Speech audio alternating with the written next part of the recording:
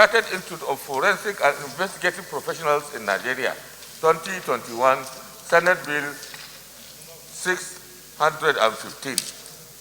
Mr. President, my highly respected and distinguished colleague, please permit me to lead the debate on this very important bill which seeks to establish the Institute of Forensic and Investigative Professionals to develop and train investigative professionals in Nigeria through a system of professional examination and certification that will make them to be qualified and more skilled in the use of science and technology for fraud prevention, detection, and investigation.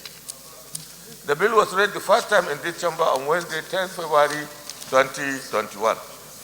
Among the basic functions and objectives, this bill seeks to create a platform which will produce qualified, dedicated, skilled, and professionally trained individuals in the use of forensic science and technological tools and the techniques of forensic and investigative audit in public and private sectors, using international best practices and skills in the discharge of their function. Mr. President, distinguished colleagues, going by its objective, therefore, this bill will promote high professional standards, ethics, and etiquette among its members in a bid to wipe out cases of compromised auditing process and reporting and camouflaging of accounting acts, figures, and fraud prevention, which is currently one of the banes of many practitioners in Nigeria. Interestingly, this bill, when passed, will make provisions for the training of professionals from other disciplines like lawyers, criminologists, security experts, judicial officers, court registrars, among others, that are desirous to become skilled in this unique practice of financial fraud prevention, detection, and investigation. This is because forensic and investigative professionals involve litigation support, court testimony, and expert witness. Mr. President, this institute has been actively involved in training of professionals from different fields and has trained about 11,600 professionals within and without, and we have a total of 9,600 qualified members from different fields like internal auditors, external auditors, lawyers, criminologists, security experts, and judicial staff since its establishment in Nigeria. Prominent Nigerians like Accountant General of the Federation, Auditor General for the Federation are part of the present membership. The Institute has about 3,600 students across the country. These students are expected to undergo qualifying examination from stage 1 through to stage 3. Mr. President, distinguished colleagues, the Institute, which this bill seeks to establish, is already in existence in many anti-fraud leading countries such as Canada, America, Australia, India, among others, thereby making it to have partners and associates to work with closely in areas of training, information sharing, and exchange of ideas. This institute is a branch of the Association of Forensic and Investigative Auditors of Canada, affiliated to Association of Forensic and Investigative Auditors of Asia Pacific, and is also in affiliation with Institute of Forensic Accountants and Investigative Audit of India, and also affiliated to Institute of Forensic Auditors, United States of America. Nigeria needs to move at par with other countries of the world by adopting and transiting to forensic and investigative audit that have all it takes to train professionals to enable them to prevent fraud from taking place by putting in place some mechanisms for fraud prevention. Benefits of the bill when passed into law are as follows. One major advantage that this body will bring to our anti-corruption fight and crusade is that it will not only partner with relevant government agencies, it will also help train their agents and certify them on the use of science and technology of forensic and investigative audit skills in preventing fraud in their various organizations. 2, it will help to strengthen the nation's institutional framework, thereby bringing us at par with other developed countries in line with global standards and competitiveness.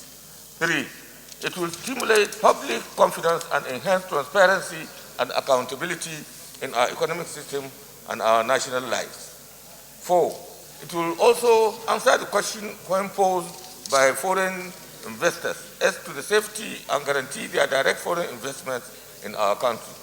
5, the bill also seeks to leverage on the skills already acquired by thousands trained foreign experts in Nigeria and Africa at large, to offer training and retraining of personnel in order to broaden and ensure active participation from various relevant organs of government. 6, it will also popularize the art and use of science and technology of forensic for fraud prevention by professionals, just like as it is practiced in many developed countries. 7, it will create employment opportunities, especially for our teeming young graduates and youths who are roaming the streets. It will also help to generate as well as conserve foreign exchange through its training programs for Nigerians and foreigners, especially nationals of neighboring African countries who will want to be trained as professional forensic auditors and investigators. 8, members will be actively involved in assisting government in promoting transparency and accountability by putting in place some sophisticated mechanisms to prevent fraud, and where there is a white-collar crime, they will investigate with the use of advanced audit technology.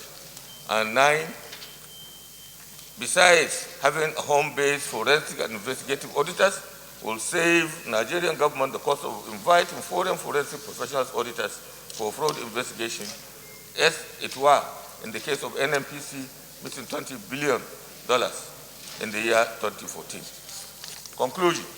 Mr. President, distinguished colleagues, this bill, if passed into law, will help Nigeria to have skilled professionals to deepen the fraud prevention and detection. Distinguished colleagues, this bill was passed by the 8th National Assembly, and I make bold to say that the bill was sponsored by our own Senate President when he was then Senate leader. The bill went through all the rigorous stages, including public hearing in both houses of the National Assembly. The bill did not receive the presidential assent as a result of late passage. For this reason, I will move that the bill be referred to the Committee of the Whole for further legislative action. In line with Order 77, subsection 3, this bill has no consequential financial implication on government as no public funds are involved. The Institute will rely solely on member subscription and revenue from ancillary services for its operation. I thank you, Mr. President. I thank you, my distinguished colleagues, for this opportunity to present this bill. I urge and strongly advocate that this distinguished Senate chamber do support this bill for the second reading. I raise my case. Because they are being raised, but forensic professionals, by virtue of their training, Mr. President, will uncover this fraud. Even statement of account that has been edited, forensic professionals will get it out. Mr. President, I rise to strongly support this particular bill to be read the second time. I so second, Mr. President. Is there anyone against the bill?